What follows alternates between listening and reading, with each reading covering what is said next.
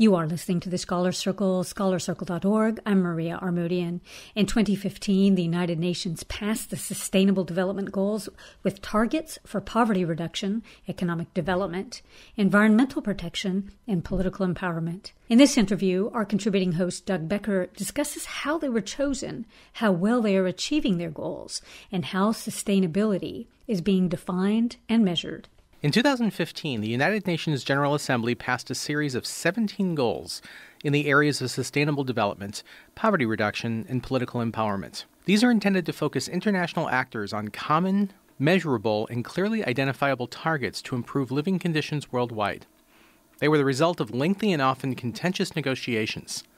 On today's show, we will explore the Sustainable Development Goals, their history, their enactment, and the current progress towards their achievement. My guest is Pamela Chasek, the chair of the Political Science Department and professor at Manhattan College. She is the co-author of Transforming Multilateral Diplomacy, the inside story of the Sustainable Development Goals, along with Macharia Kumau and David O'Connor. Professor Chasek, thank you for joining us. Let me start with a basic question. What exactly are the Sustainable Development Goals? The Sustainable Development Goals are a set of 17 goals, as you explained, that were negotiated by the United Nations following the end of the period of the Millennium Development Goals.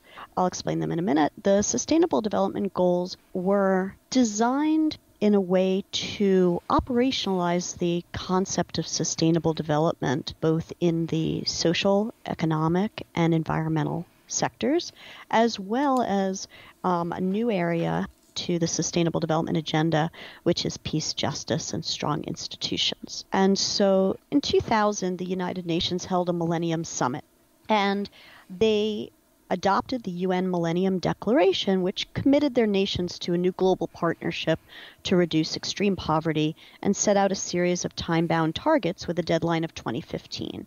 Those have been known as the Millennium Development Goals.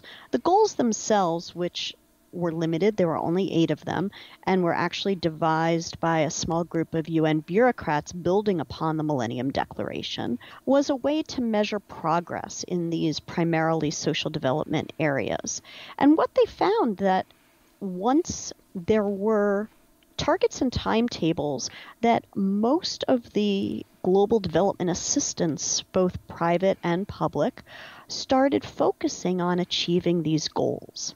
It gave direction to a lot of development assistance as well as to priorities in a number of developing countries. The Millennium Development Goals were aimed primarily at developing countries, and the role of developed countries was to actually provide the funding, the necessary technology, and capacity building.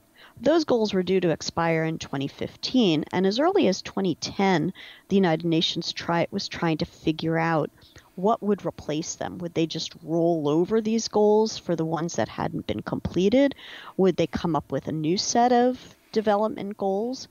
And during the preparations for the Rio +20 UN Conference on Sustainable Development, a woman diplomat by the name of Paula Caballero from Colombia said, well, what if we were to actually create a set of sustainable development goals that could then build upon and replace the Millennium Development Goals, but also address the underlying causes for poverty, for environmental degradation, and for lack of economic development. First, to take a little bit of a step back, the United Nations sets these development goals partially to have an influence over the way in which we define what is development and what ultimately states and state leaders should focus on when talking about the need for economic growth. But the actual actors who make those decisions, who make the public policies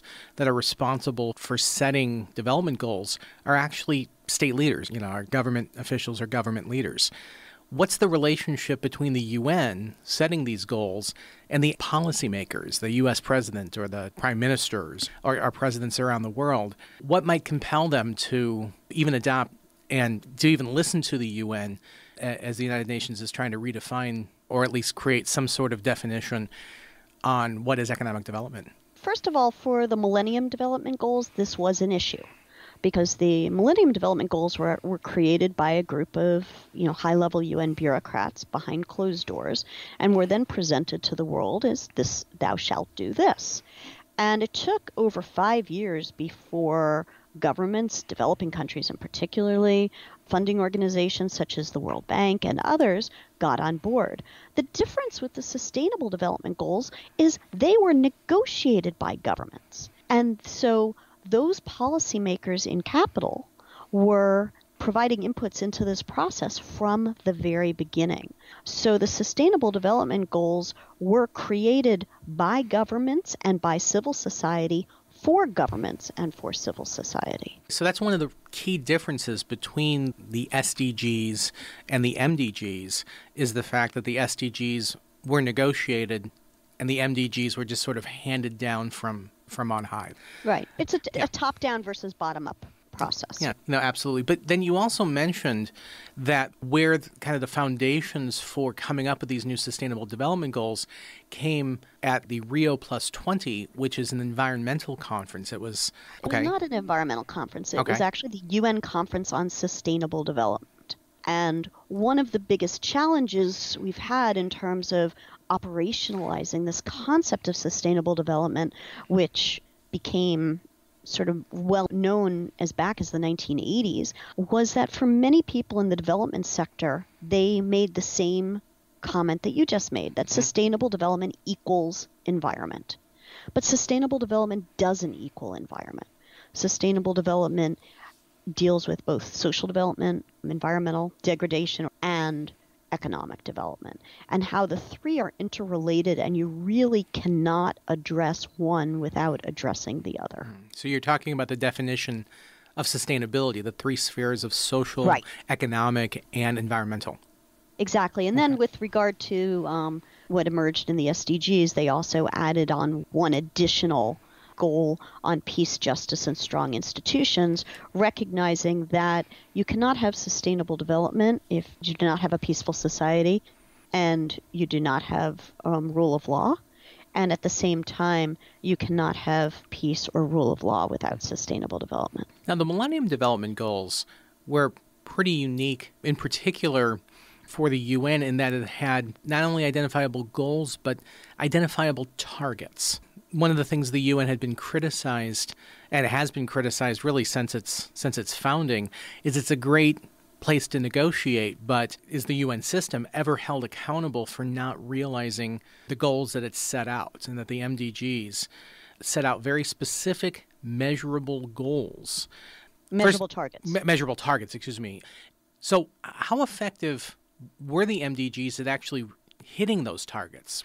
I know it was a 15-year period. After 15 years, was it successful? What you found among some of the accomplishments of the MDGs, and mind you, when you set these aspirational goals and targets, it is unlikely that they will be met. And that leads to a whole other discussion. Does that mean they're a failure? So if you started with, say, 75% of children, elementary age children around the developing world in school, and you ended up with 90% in school, but not 100, is that a failure? Well, you have a lot more kids who are in school, and at the end of the MDG period, you actually did have 90% of children that were in elementary school. The share of the most impoverished people, those living on less than $2 a day, was reduced by 50% during those 15 years. An equal number of girls and boys started school, whereas prior to the MDGs, there was an advantage to boys. Well, as of 2015, there were still many children dying before age 5. 17,000 fewer children died. Maternal mortality, mothers dying during pregnancy and childbirth, was cut in half. 2.3 billion more people had access to clean water. These were some of the targets that were set by the MDGs, and these were some of the results, at the conclusion of that period in 2015. So yes, there was progress. Similarly with the SDGs, there are targets and there are indicators that have been developed. The targets were part of the negotiated process, and then the indicators were developed primarily by the UN Statistics Commission. Now, unlike the MDGs, there are 17 Sustainable Development Goals and 169 targets. some of the challenges that were faced under the MDGs were that you had a number of countries that were gathering data for evaluation, and it turned out that the data gathering capacity for a lot of these countries was pretty limited. That at the beginning in 2000, simply the ability to be able to measure some of these specific targets were pretty limited. Whereas as a result, in part because of the data gathering that's required under the MDGs, countries just got better at measuring their data and collecting their data. Is that still improving? How much confidence do we have that the data that's being reported is actually pretty accurate? One can never know because, countries can choose how they gather their data and what data they actually gather and whether they're going to show progress or not. And that's usually what you find at the country level. Countries have their own priorities and will pick and choose what data they're going to collect. There's also global data gathering that the United Nations has been doing for a very long time. And so you actually have two levels of data here. You have the global data that the UN gathers, and then you have country data that individual countries are responsible for. This is not a legally binding treaty. Countries can gather what they want.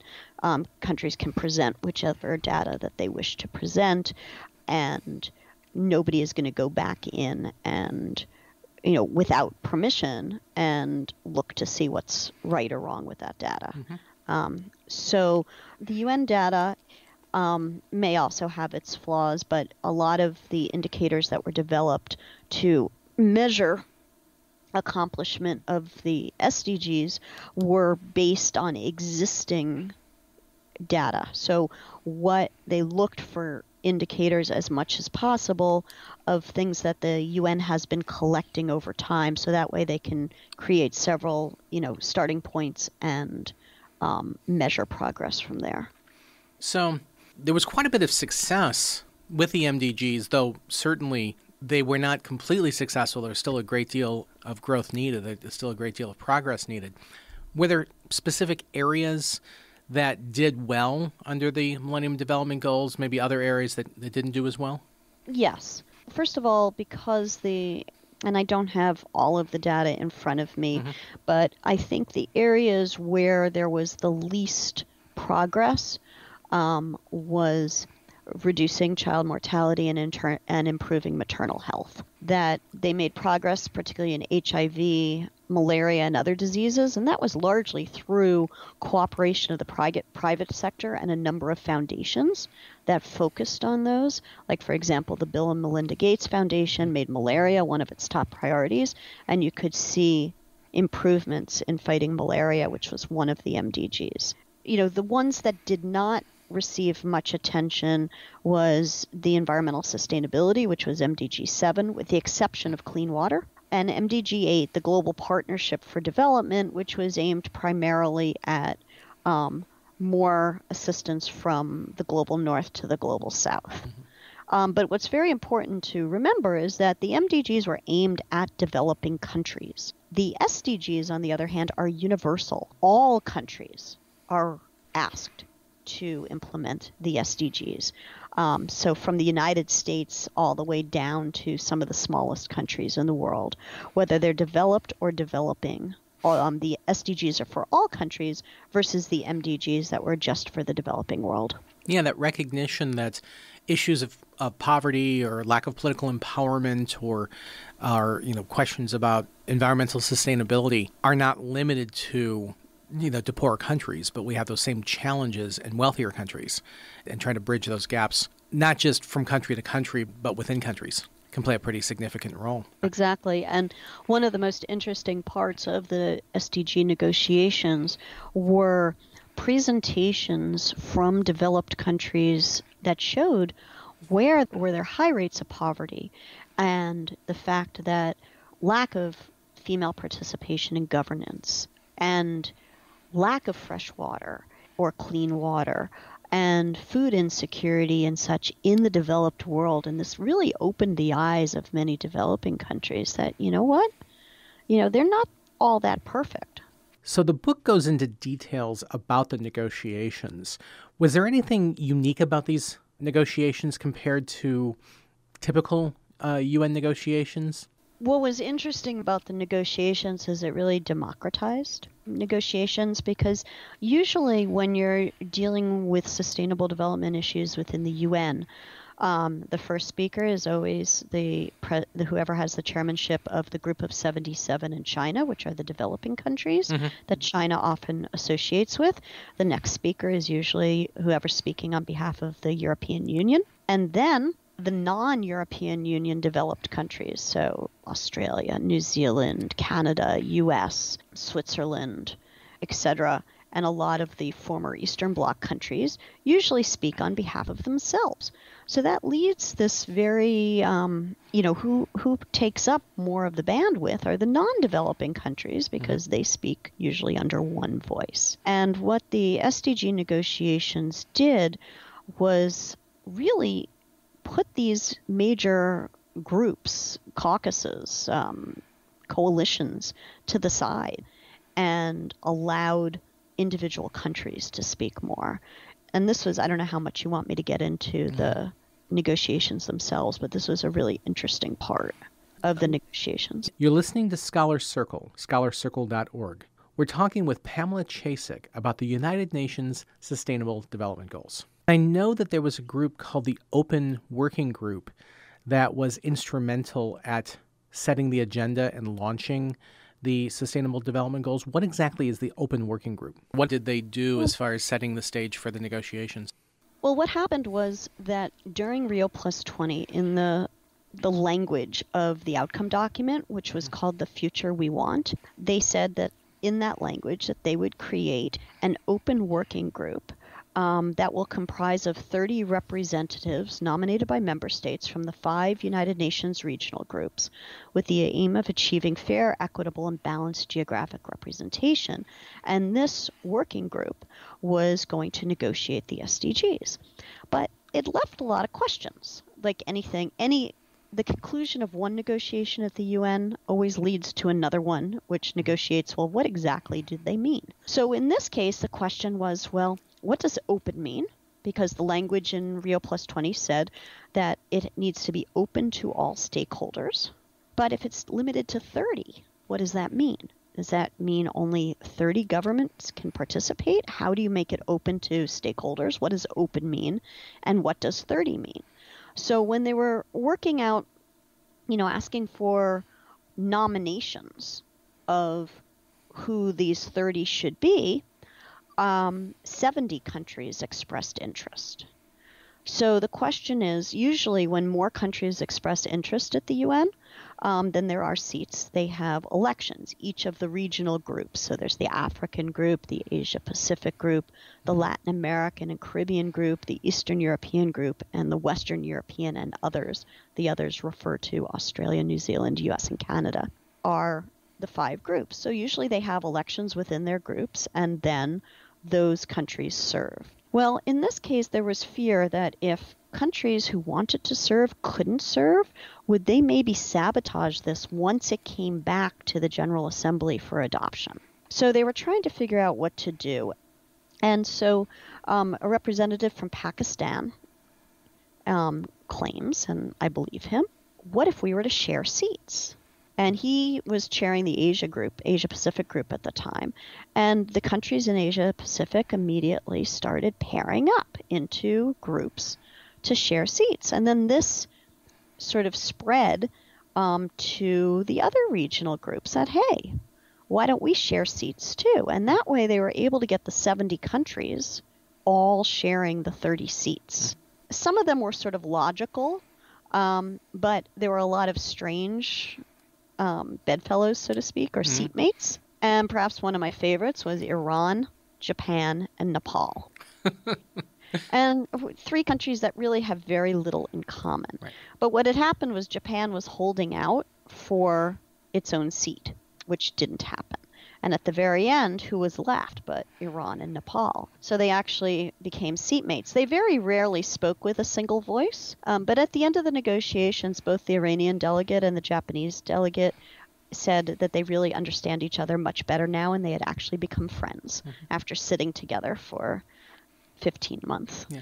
So, and what was also very interesting was there was no seat held just by European Union countries. Those were all split up. So you had Netherlands and the UK with Australia. You had Denmark, Ireland, and Norway. Norway's but not part of the EU. France, Germany, and Switzerland, who's not part of the EU. Italy, Spain, Turkey. So that made EU coordination very challenging because they had to also coordinate with non-EU countries. So it ended up, they ended up calling these the troikas, even though some were just 2 countries and some seats were 3, and there was 1 seat that was shared by the 4 North African countries. But the chairs ended up referring to them as the troikas. But this really democratized it, and then any other country that wanted to participate could. So they set up a hierarchy that first the troikas would speak, and then any other non-troika member who was present would get the opportunity to speak. And so, however, if a government, a non-troika government, brought a minister, or in one case a head of state, they could speak first. And that was a way of getting the buy-in from the ministers, going back to your earlier question. And so as they learned that, they could jump the line if they brought a high-level participant, a number of countries started bringing in ministers. Now, one thing that really strikes me about the Sustainable Development Goals, first and foremost, is that there's a lot more of them. There's 17 goals where there was only 8. A second thing was that they are considerably greener. There are a lot more references to environmental issues, on issues of climate change and biodiversity and ocean health, etc., that were kind of subsumed into one kind of large goal. And you had referenced earlier that clean water was pretty much the only specific green initiative that seemed to get some traction. What do you think was the driving force behind the fact that the Sustainable Development Goals, even in their name, are considerably greener than the Millennium Development Goals? Unlike the Millennium Development Goals, the SDGs were looking at both the causes and the consequences of development. And you need to build in that environmental degradation does not help you get out of poverty, does not help you achieve no hunger. Your health is totally impacted by the quality of the environment in which you're living. Similarly, how can you alleviate poverty if there's no decent work available in your country or in where you live? How can you have a clean environment if you've got dirty industry and not developing clean industry? How can you address poverty, health, hunger, education, etc., if there are deep-seated inequalities within the country? How can you have a clean environment if you are producing too much waste and polluting too much? Everything is integrated, and it's not simple. During the negotiations, there were a number of people who, said that, there should be, in the beginning, some were saying, we should stick with 8 because 8 worked for the MDGs. Others said, maybe we should have 10, or maybe we should have 12 because 12 is, we could have 4 goals for each of the 3 pillars of sustainable development or dimensions of sustainable development. Others called for 15, saying we should have 15 goals that, in 2015 that will be accomplished in 15 years. And they tried, I've got to say, in terms of, trying to get it down to 15. But every time they suggested merging goals or deleting goals or something else, it didn't work. That there, at one point they were saying, well, what if we make climate change a cross-cutting issue and have it integrated within all the goals and just eliminate the goal for climate change? But then I remember Saba Karosi, who is one of the co-chairs, said, well, if we eliminate climate change, how can I go home to my daughter and tell her there's no goal for climate, which she sees as the biggest issue threatening her generation. So each time they tried, it didn't work. And so there was an interesting, after they were adopted, John MacArthur, a senior fellow at the Brookings Institution, wrote a blog post called Why 17 is a Beautiful Number. And he writes about how he informed his mother, who is a retiree in Vancouver, Canada, that all UN member countries had agreed on a new set of global goals. And she said, "Oh, that's terrific." But he confessed there was a problem. There were 17 of them and 169 targets. And he wrote, "My mom's response caught me off guard, to say the least. 17 is a great number," she enthused. And when he asked her to explain, given the fact she was the first person who actually liked the number 17, she said, "The world is complicated. If they had come back with some Letterman-style top 10, then I probably wouldn't have believed them." Interesting. And so, and that proved during the negotiations, sustainable development is complicated. You can't just package it into a nice small set. And a lot of people complain, "Oh my God, 169 targets. How in the world is any country going to be able to measure 169 targets?" But the thing is, countries don't. Countries have the ability to choose, even though this is an integrated agenda and everything affects everything else, countries have the ability to pick and choose those goals and those targets that are most relevant to them.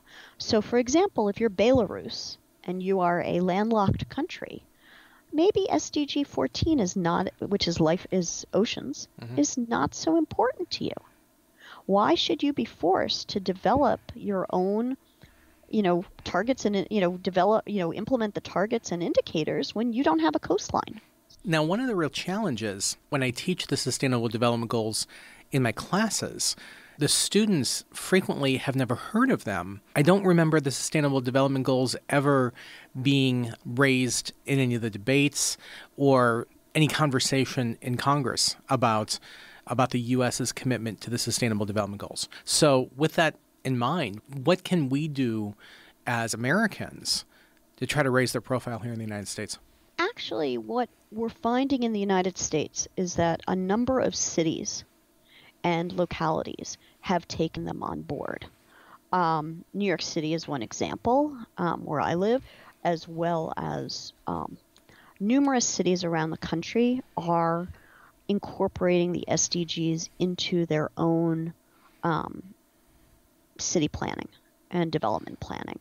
Similarly, you find on climate change, cities are where it's at. Cities are making a lot of policies surrounding climate change, as well as the SDGs.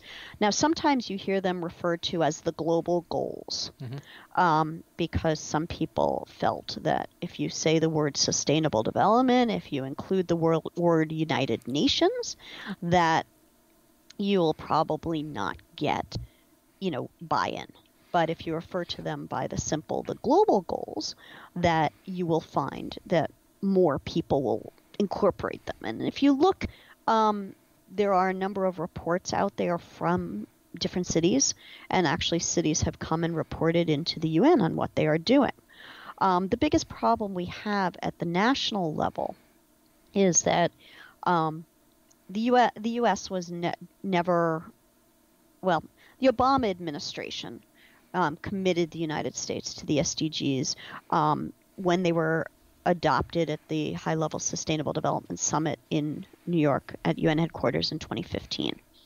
And he called on the U.S. to address our own domestic inequalities and shortcomings. He recognized that these goals are ambitious, but he also welcomed them as a tool of greater international cooperation. However, as we know, 1 year later, the Obama administration was over and Donald Trump was elected as president.